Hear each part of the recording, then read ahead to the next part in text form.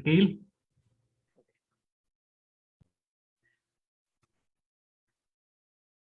Good evening, everyone, and a warm welcome to Expert Talk series. My name is Akil Rashid, and I'm the Research and Knowledge Hub Chief at JKPI. The Expert Talk series is aimed at engaging experts, change makers, uh, pioneers from various walks of life to understand the dynamic context of implementing the UN Sustainable Development Goals on our agenda. In the previous sessions of the Expert Talk series, our guest speakers helped us source inputs on our agenda. In the previous sessions of the Expert Talk series, our guest speakers helped us source inputs and recommendations pertaining to different sustainable development goals from their shared expertise, lived experiences, and policy analysis through one-on-one dialogues. Tonight, I'm honored to be able to be here to introduce Swati D'Souza to Expert Talk series, whose research interest lies at the intersection of energy transition and climate policy. Her research spans a range of topics, including regulatory challenge, resource assessment, and planning, pricing structures, financial risks, governance frameworks, and infrastructure planning across the fossil fuel supply chain.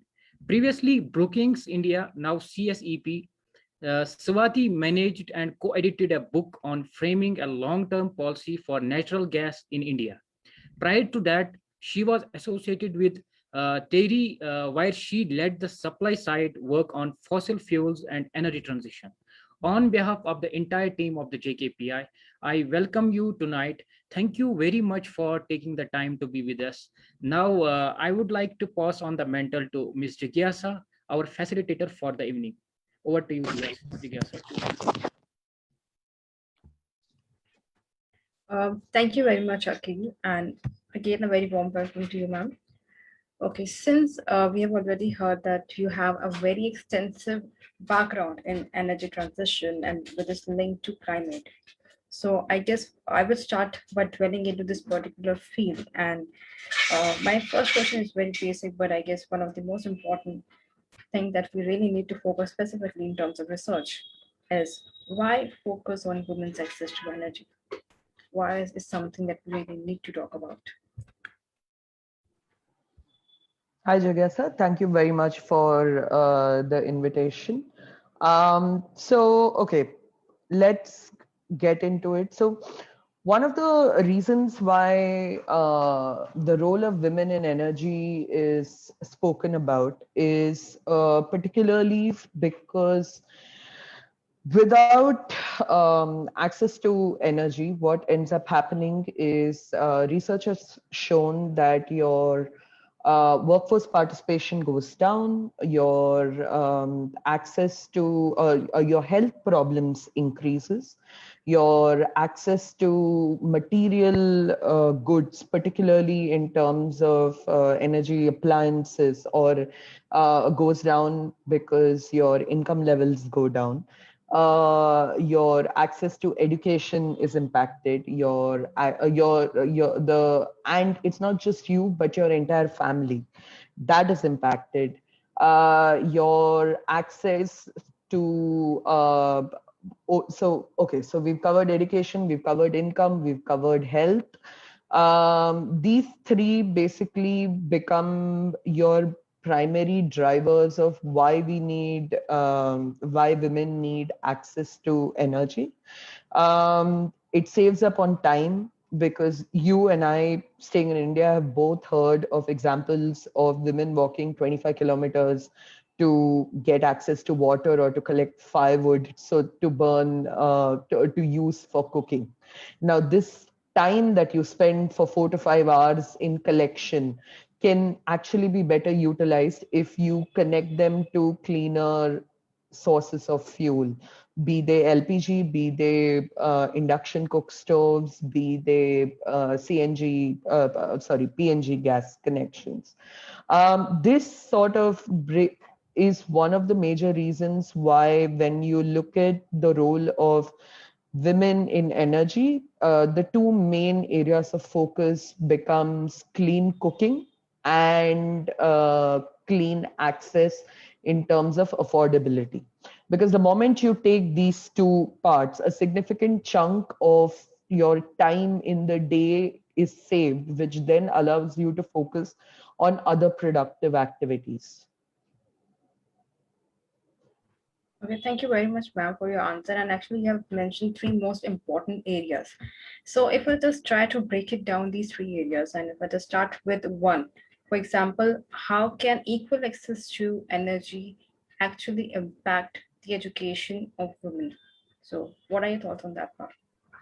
So it boils down to the basic essence of time. Okay, so the moment you have time on your hand, you can focus on productive activities. Education is a productive. Sorry, you spoke about education as the first one, right? Yes, ma'am. Yeah. So education, the moment you save up on time, you can build that on knowledge, on knowledge building and knowledge sharing. Education comes under the knowledge building scope of productive activities. Typically, because of the cultural the cultural organization of gendered roles for men and women, particularly in urban as well as rural India, that we have seen.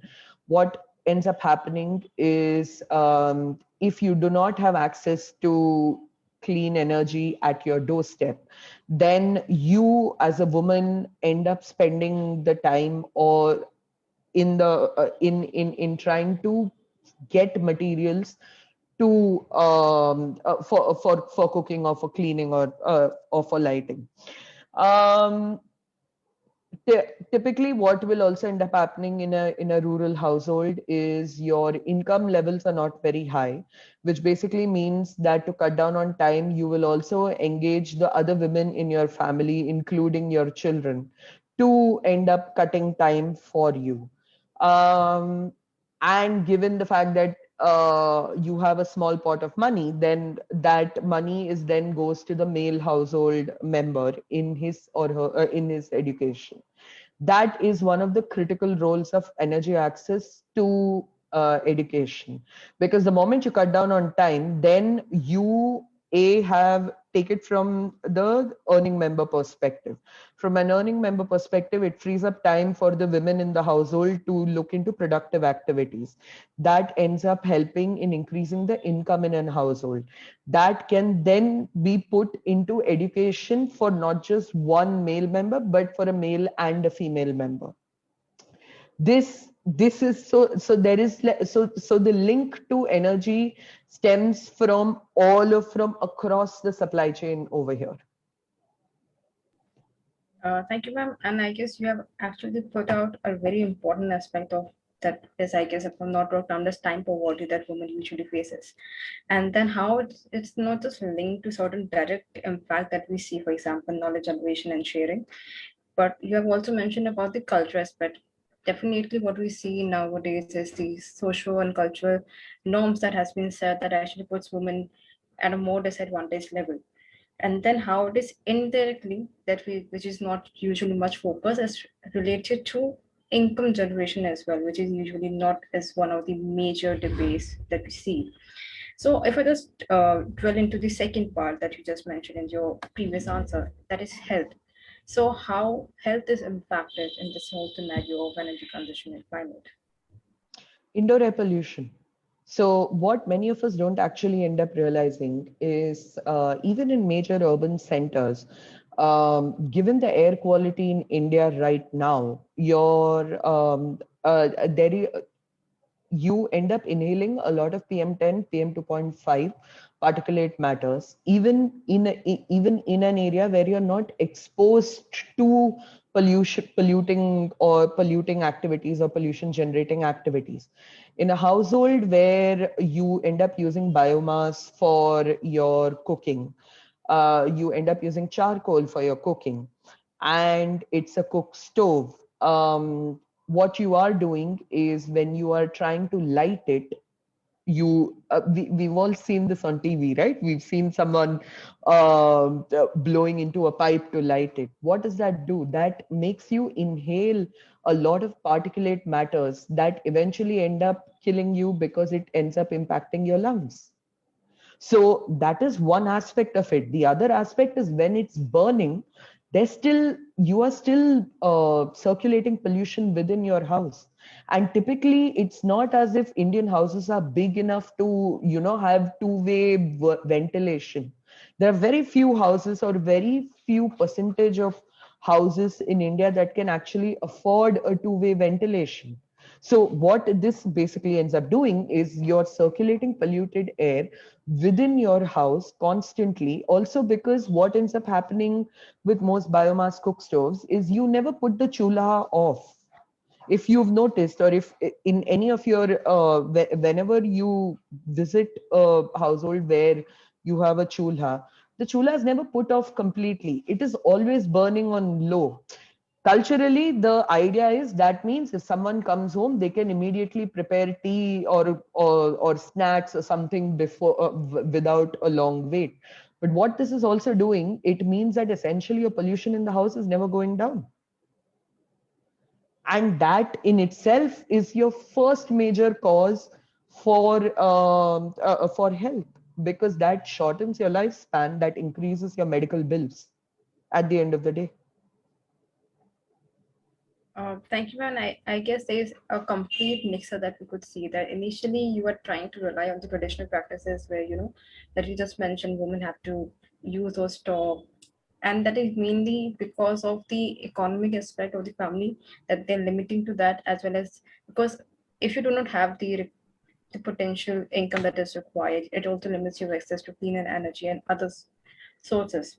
So, but again, by using that, you are again having those health issues that is again gonna increase your bill. So I guess it just works according to the nexus itself. And I guess one important point that you mentioned is the urban aspect, because we usually see it's limited to the rural areas. But no, air pollution is specifically if you are living in Delhi, you can't just say anything, but it just kills you off simply. So, ma'am, again, if I just go back to your previous answer, your first answer, you mentioned about the need of clean access, clean energy and access to it. So, what are the major barriers that you see in accessing cleaner energy, specifically for women? So overall, the access to clean energy has a couple of very standard barriers. Okay, one is your income aspect. Is it affordable? Second, is it accessible, which is a supply chain perspective. Third, are you willing to pay for it, which is your willingness to pay indicator. Fourth, do you have sufficient knowledge about this particular product that basically makes you want to shift to it? So you also need to have, so you, while you need to have the money to pay for it, but you also need to have the willingness to shift to a different lifestyle. So these actually, when you look at any literature on rural energy and access to energy, these are essentially some of the key factors that are highlighted.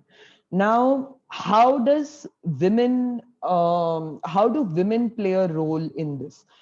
In the income part, to be quite honest, because women participation in the labor force has been decreasing, particularly in rural India. So statistics say that between 1990 and 2019, I think 15% of women have left the labor force participation. This is predominant more in rural India than in urban India.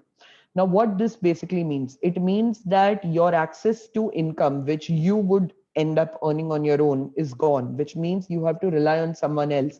That essentially means you're no longer participating in the decision making within your household. Your whatever you could end up making a decision. Yes, there are cultural barriers to this, but you still had some say in this decision making. Now, without a control on income, your decision making is completely taken away from you. Um, willingness to pay. You as an individual household, you as someone in a household who earns money, may be willing to end up paying for your own health. But when you don't end up earning an income, or when you don't have sufficient knowledge about what a particular shift in or a particular transition in cooking is going to do for you, then you're not willing to pay that money to do it. The third problem is supply. Now, why supply chain problem, to be quite honest, Jigyasa, is something that we've been facing for a very long time, because until the PMUY, which is the Pradhan Mantri Ujjwala Yojana, the supply chain, at least in terms of LPG, was not very good in rural, linking your distributor, linking your vendors, distributors to your vendors in the rural areas. Because of that, studies have shown that what would end up happening is a house would have something called fuel stacking, which basically means a household has an LPG cook stove, a biomass cook stove. They would also have an induction cook stove in some occasions. So what primary surveys have shown is many households would end up using the LPG cook stove to cook chai. Why? Because when someone comes to your house, A, you want to do it quickly, B, you also want to show a certain level of status. So you end up using your LPG cook stove. But when you want to cook rotis, it is done on your traditional chulha. When you want to cook your meal, it is done on traditional chulha. Why? Because if you're part of a household that also goes to the field and you work as an agriculture laborer, what can end up happening is you can put some food to cook on your chulha, adjust the heat. You can go do a couple of activities, come back, the food is still being cooked. That is not possible on an LPG cook stove. You and I both know it. So these have essentially been, this also then forms a barrier to change to a different technology, because then you have to reorient your entire lifestyle be with a technology. For people who've grown up with LPG, we cannot even think of doing a chulha, because for us that time is valuable. If I spend half an hour cooking, for me that half an hour is the opportunity cost of that half an hour is taken away from doing something else. But in most households, particularly where you've not grown up with LPG, you basically organize your life in a manner that you can do 100 other things while you're also cooking.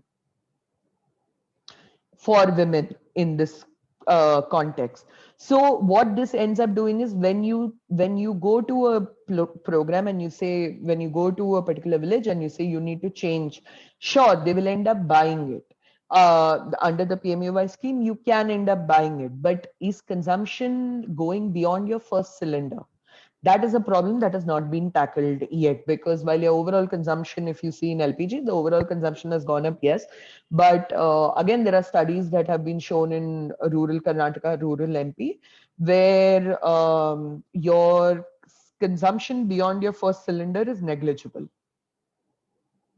Right? So you see, so each one of the barriers that I spoke of actually have very common interlinkages between each other. They all end up impacting each other at the end of the day.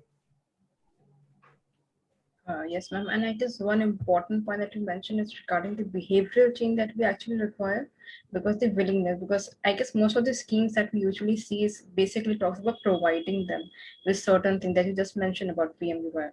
But what happens after that? This is something we usually don't actually see. And then definitely the point of on affordability and accessibility, these are the major barrier that we usually still have actually, and we're still working on things. And I guess my next question would have been the related socio-economic dividends when we actually mainstream such practices like gender mainstreaming. But I guess you already answered that particular point, because, for example, when you are providing access to women, they usually have this freedom of, having more income and also have power on decision making body. So you have already answered that part, ma'am. Also So knowledge. With income also comes knowledge, no? which then means that your next generation, you aspire that your daughter will also work in activities where you right now cannot work. Therefore, then you also invest in education, because now you have the I will not call it disposable income, but you have an added income to actually invest in your daughter's education. Yes, I mean, I guess that change comes when inside, when we're actually starting with at your own house, and it actually can go outside as well, something Yeah. which we don't focus on. So, if we just shift from this particular aspect of what are the challenges that we usually face, and if we try to look at the solution part, if we try to look at the policy making of what we are already having, I guess first thing that I particularly realized and I mentioned was when I was looking at the energy sector and gender equality, I couldn't find much data specifically in terms of India. So, based on your experience, what do you think? Do we really have those frameworks to get data? Do we have resources, and our organization even willing to collect those data? So you don't have data. Let me ease your future research and tell you upfront, you don't have readily available data. For example, if you want to know what is the women labor force participation, uh, you don't have readily available data. What you can do is you can do an estimate. PLFS, NSSO database gives you an estimate. You can proportion that in the energy sector, as per the PLFS data of 1718, you have about 5% women to about 95% men in the total employment. This is your proportion, because PLFS is again done on a sample survey and you cannot use that to in absolute numbers. Um, Apart from that, if you want to have a sense of where your data comes from, you can look at the budget. So the budget has something called gender budgeting. But that again does not give you a complete picture, right? Because you know the quantum of money, but you don't know how much is being spent because that portal is not available. And you don't know how much of it is actually being used for women uh, activities to empower women in this context. I'm only speaking about the energy sector, to empower women in the energy sector. So under PMUY, for example, you can say, sure, 5 crore households have been given connection. But what is the impact of that connection? Has your consumption increased? Has your income increased? Has your productivity increased? We don't have any metrics that actually calculate this in official data. Unofficially, when you think tanks and NGOs have put together databases that look at this. Actually, I won't call it database. It's more of primary, secondary survey data and estimations that have done this. But again, not a lot. So possibly 2 or 3 surveys or reports is what you will get. But beyond that, not too much. Ma'am, if I just try to ask at this point, why do you think there's such a lack of data, and what could be actually done to shift the focus on this specific gap that we have, specifically in terms of policy making?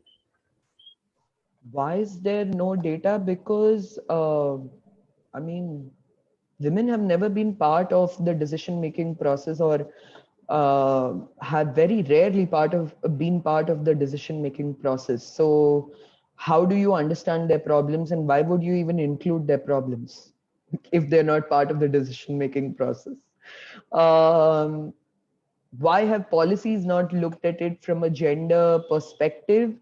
Again, this is a combination of patriarchy, culture, and gender blind, what we call gender blind policies at the end of the day. Also because estimating the impact of a particular product or of a particular policy on women or on a section of the society, you need a very nuanced approach to it.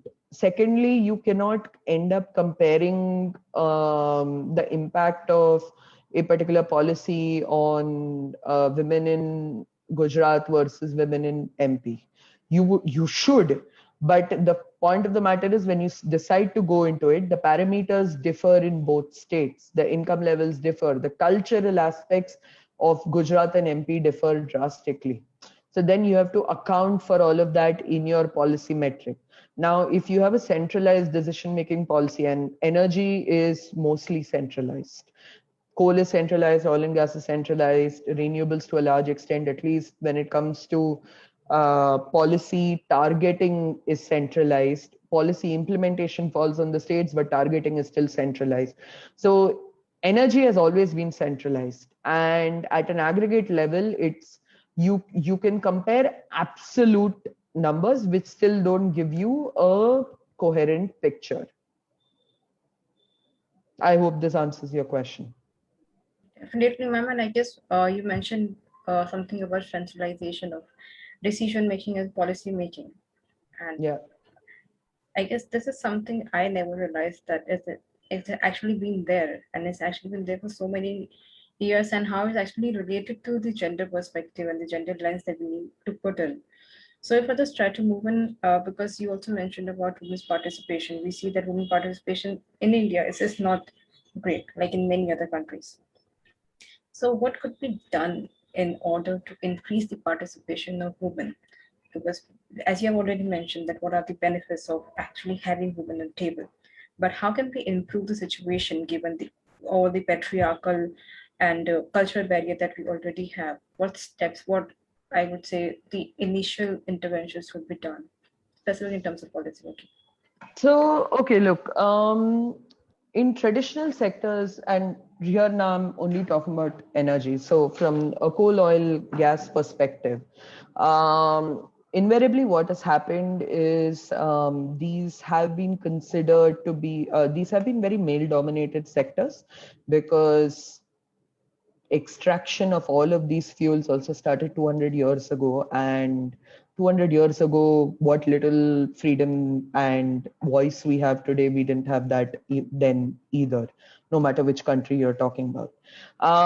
So what is also what this has done essentially is this has cultivated a cultural perception of a particular role.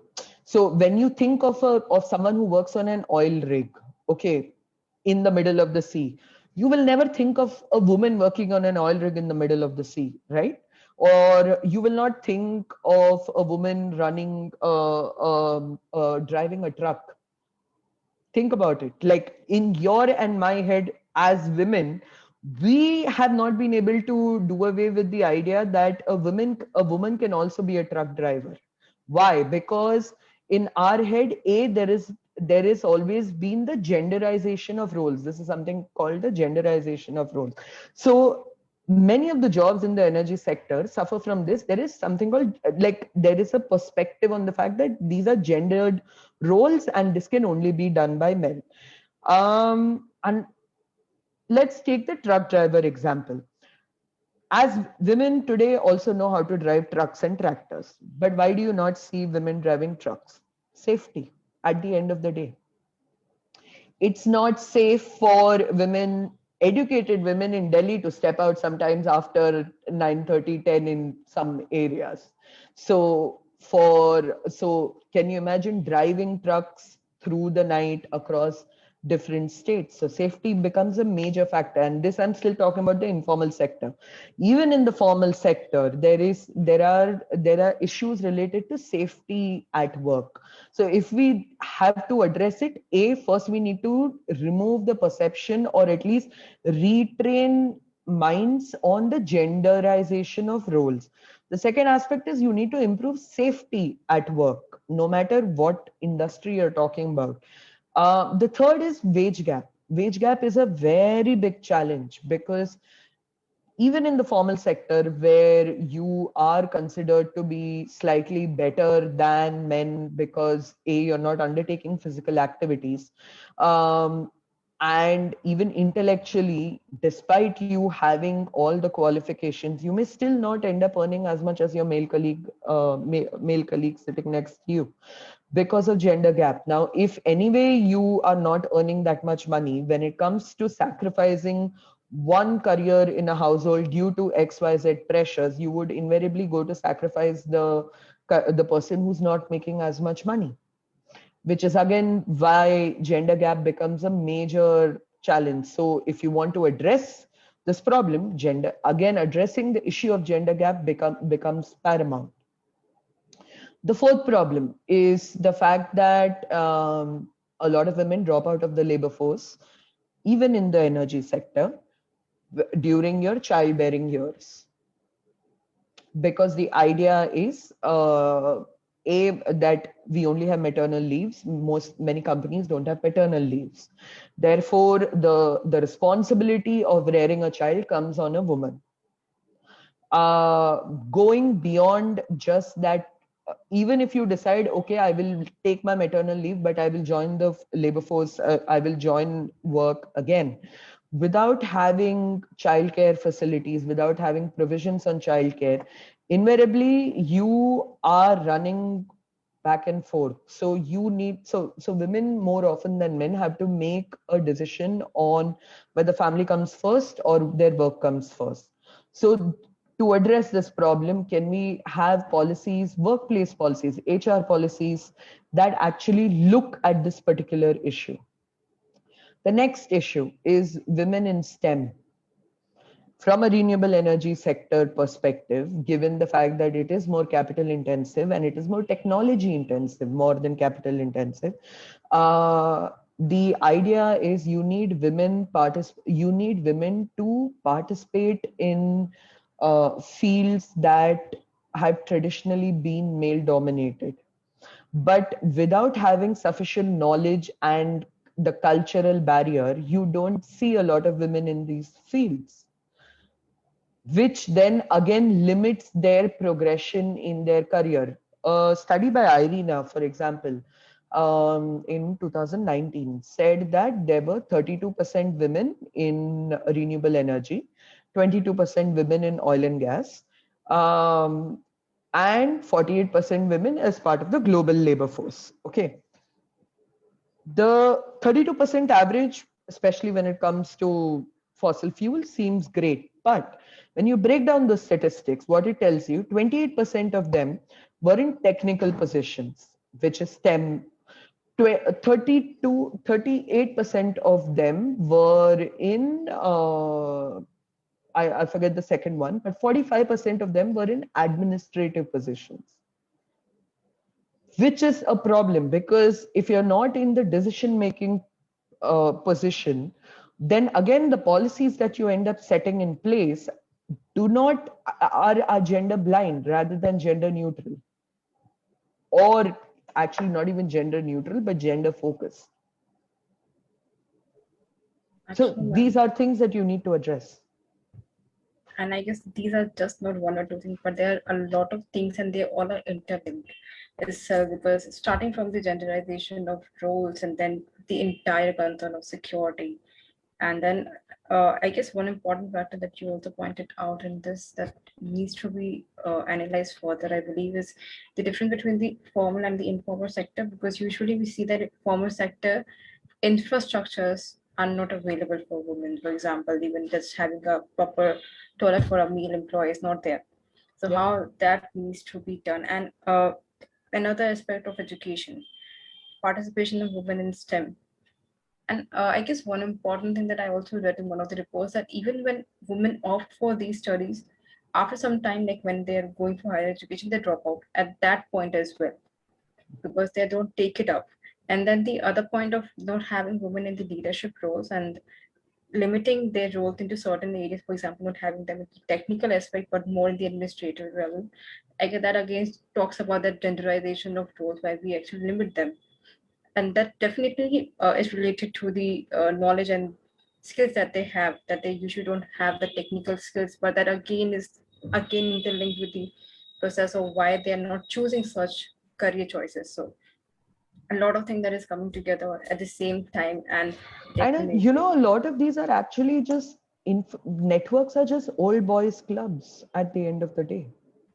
Where do you get information? So I'm not even going to the informal sector, by the way, which is a whole different ball game. Even in the formal sector, most of your information invariably comes through networks that you have in place, right?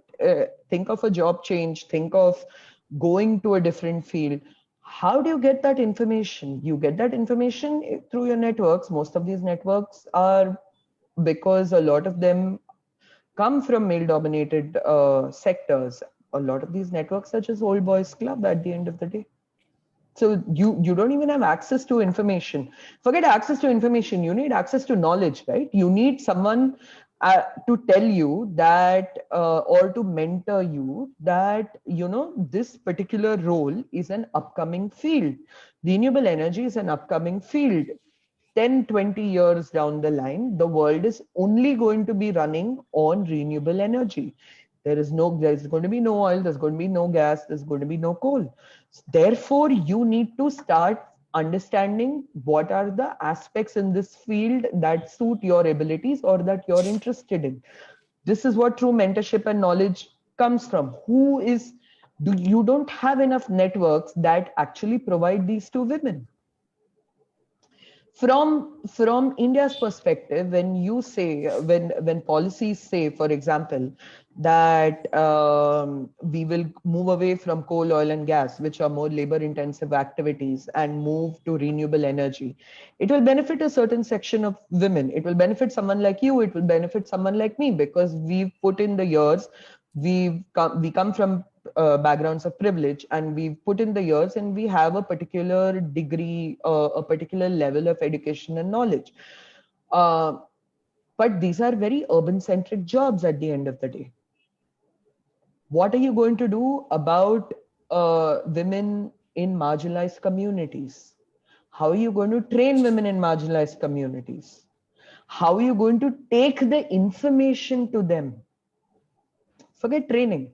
So how are you going to take the information to them that if you're working in a coal mine, say even 48 days in the entire year, and that provides 30% of your income, that 30% of your income is going to go away. Therefore, you need to know, is just the fact that this 30% of your income is going to go away, that in itself is information that you acquire through networks.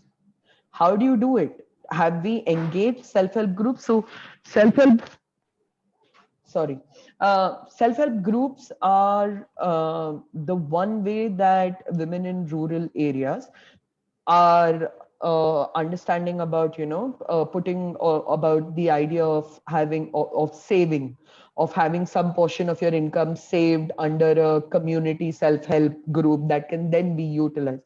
Can we then utilize these same self-help groups to spread information?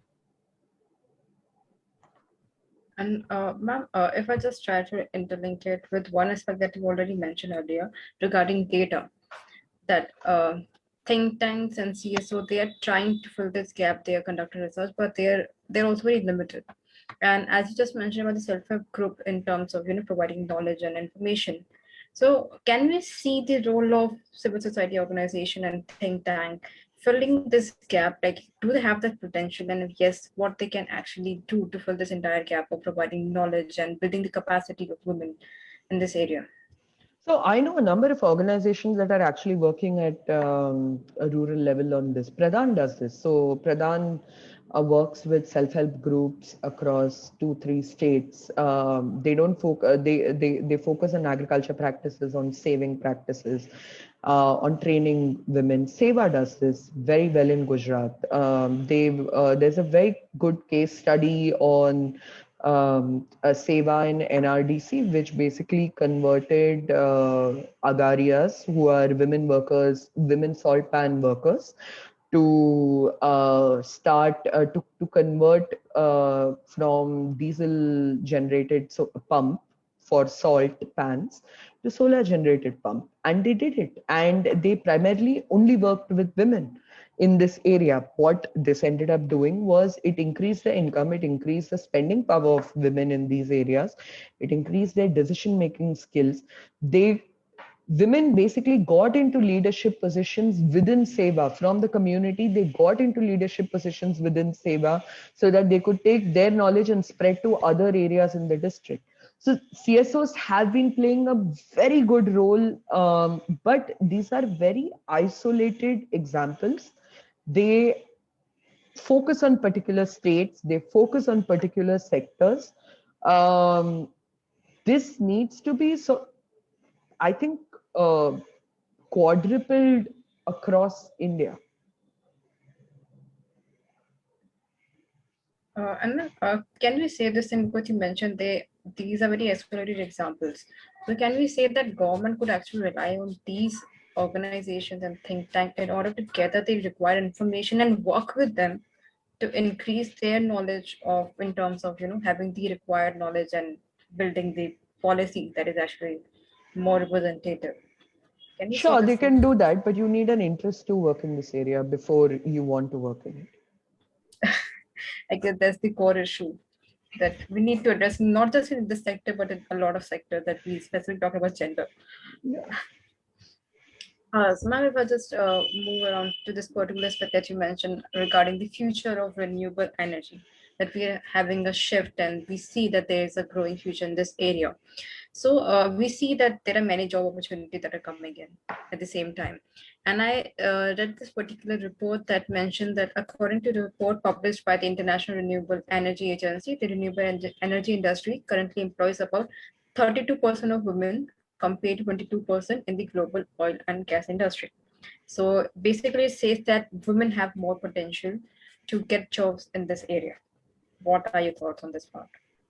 I just told you my thoughts some time ago. Yes, women can get. The problem is in India, it's not just urban women. Urban India is what, 30%? Think about the number of people who actually live in rural India and take an estimate of 50% of that. So if we're saying that 65% of India lives in rural India and about 35% of that are women. How? What is your education level? Urban women who are educated in good universities find it difficult to break the glass ceiling, find it difficult to get a job forget renewable energy, in different sectors, find it difficult to progress. Things are changing, yes, but find it difficult to progress. So how will you then work with rural women? How will you break the cultural barrier, B, the knowledge barrier? How will you integrate them into the renewable energy supply chain?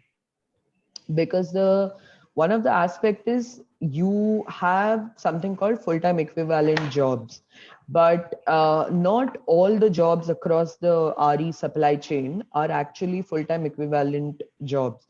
So you may create 300,000 jobs, but since not all of them are FTE jobs, you have the opportunity to work in different jobs, but to work for that particular RE supply chain position, you need certain skills, you need certain knowledge base, you need certain level of information. Now add caste to this dynamics, please.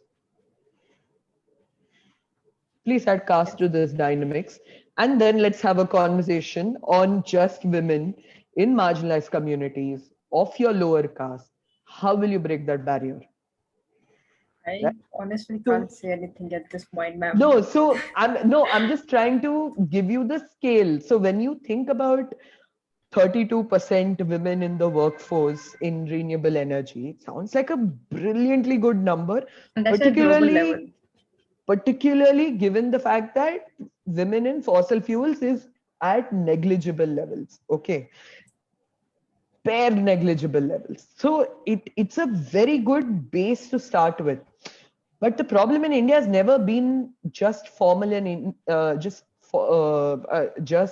integrating different aspects into the formal sector, right? It's also been integrating different aspects into the formal sector, into the informal sector, into urban informal, rural informal, urban formal, rural formal. That's confusing for me. But Agri-processing, which is invariably in rural area, is rural formal sector because it is calculated, right? yes. But your Picture. thela wala, from whom you probably go and have bhel puri in the evening, urban informal sector. And then I guess again, like you mentioned about different sectors, this is something we need to look at. And I guess your point of we can actually write a thesis on each and every question that is there. I guess it again comes to the same point of even within each and every aspect that we're looking at, how these things of formal, informal, rural, urban, how these things are again, impacted differently, and we need to have a different policy and execution of it at the same level. And I just forgot what I was supposed to ask right now. Sorry. No, actually, because there's so many things that are coming together, and I'm just trying to interlink things and just come to a point. But the thing is, I'm having a lot of things together because there are things that needs to be addressed, but we don't have time, so I need to stick to time. So if I just look at, like you mentioned about how specifically rural women, and if we just add other aspects, for example, caste, they don't have this knowledge. And so do we see that we have anywhere have the potential to build the capacities, and do we have those institutions? And if we have those institutions, how they can improve the current situation, how they can actually reach out to them and provide them the required knowledge base to provide, at least prepare them for future, and not if they're not prepared in the future or in the present.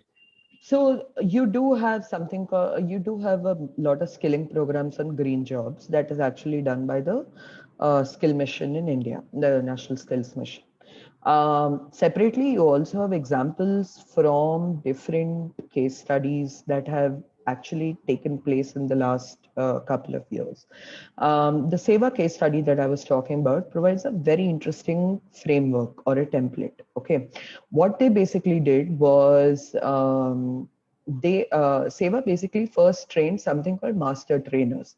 So they took 10-15 women, went through a very detailed training on how to operate a solar pump, what is the financial considerations to it, what is the technical considerations to it, what is the supply chain consideration. So they did a very detailed training.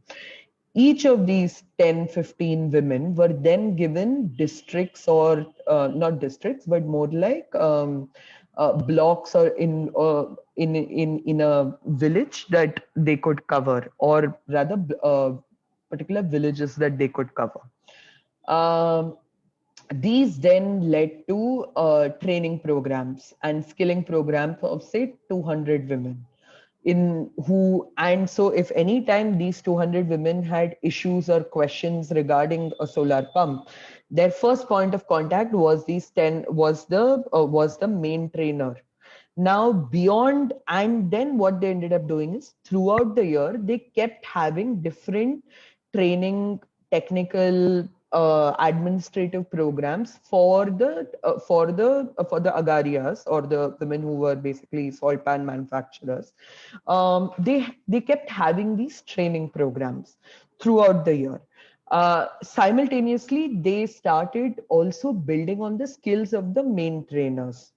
So when the pilot got over, you not only had a base of say 1,000 women who were very strongly behind solar pumps and who knew the benefits, who knew how to operate it, but you also had at least 30 trainers who could then individually be given a region where they could have their own master trainers. So it's a very bottom-up model to doing this. It is a very I mean, on the time consuming scale, yes, it may seem time consuming, but I think the returns are a lot higher in terms of impact, in terms of knowledge. Now, These women, for example, think about it. Today a soil pan manufacturer who uses a solar pump has been educated about climate change, has been educated about economics, has been educated about the benefits of renewable energy versus diesel. So tomorrow when she goes to the market, and if finances are favorable in terms of buying a renewable based appliance versus a fossil fuel based appliance, she has enough knowledge and if she and income to actually buy the renewable based appliance. So you've skipped on one level of training that you would have had to do on a general basis. So there are ways to resolve this. It's not as if it's insurmountable. When you think about it, you're like, oh my god, like there is so much. But no, like when you start breaking down the problem, it is possible, but it has to be done in a very bottom up approach. It cannot be a top down approach. And I guess, ma'am, like you also mentioned that there are definitely ways, but what we need to have more focus and providing more resources to these organizations. And like you mentioned about Seva, if I'm not wrong, Seva is more of a non-profit organization who are working, or is it a non-profit organization? So Yeah. if we have more efforts by state and center, I guess that could actually add the real boost that we need in this particular area of capacity building. And if I just link the capacity building part with the emerging technologies, like we say that we should have more technology that are gender responsive and helping with clean energy, where do you see again the major barriers in terms of gender? If you just put the gender lens, what are the major barriers in terms of accessing those technologies? Because you've already mentioned about the capacity building part with rural women. So Sorry, specifically, these could you repeat your question? What is the major barriers in terms of emerging technology, because there are so many hyped up debates that yes, we would have emerging like new technologies, for example those low carbon initiatives, but if we put the gender lens, where do you see the problem could be? uh I think, I mean, it depends from technology to technology, like I just told you about solar pumps. Now, solar pumps on agriculture is a completely different ball game. It worked on a soil pan basis, but in agriculture, it depends on the soil quality, the area, the water table, the kind of crops you're growing. Is it vegetable? Is it fruit? So I think the problem over here is not more of a gender as much as matching the technology to the sector, and then within that seeing how it can possibly make sense to add a to then see how it impacts the women in that sector. So so I know my answer is a little broad and possibly a little vague, but it's also because the kind of technologies, emerging technologies that you're talking about, for example, induction cook stove, okay, it's an emerging technology. Urban India does not have induction cook stoves unless you're a bachelor and don't often end up cooking at home. Um, but most people use PNG or LPG cook stoves, right? Um what will you think about it from a gender perspective in this? Who, if you have, and if you end up cooking in your house, it's easier for, and if you come from an educated background and the cost of a solar induction cook stove and an PNG cook stove is the same, fair enough, you can go purchase it. But if you have a cook who comes to your house and cooks food, as is common in a lot of urban households in the country, you have to explain induction cooking to her.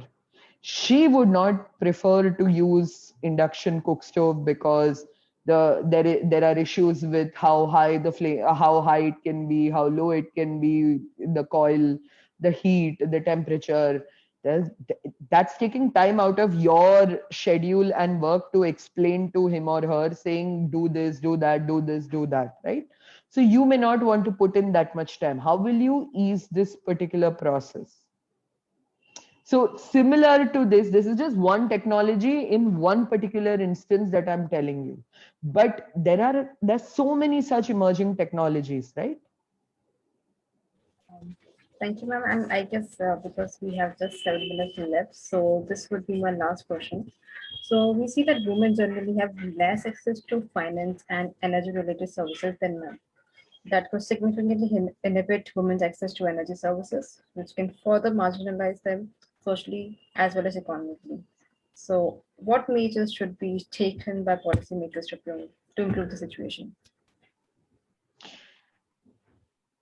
You need schemes for so you need to do this in two steps. First, you need to have schemes that actually target and incentivize emerging technologies, clean technologies over your existing technologies and over fossil fuel based technologies. Now, within this, you need to have a gender component perspective. For example, PMUY is actually a very good program because it had a gendered focus to women, to households headed by women. It gave a higher compensation to these households. It sought to and encourage the uptake of LPG in these households. So this then needs to also be integrated into your clean policy programs.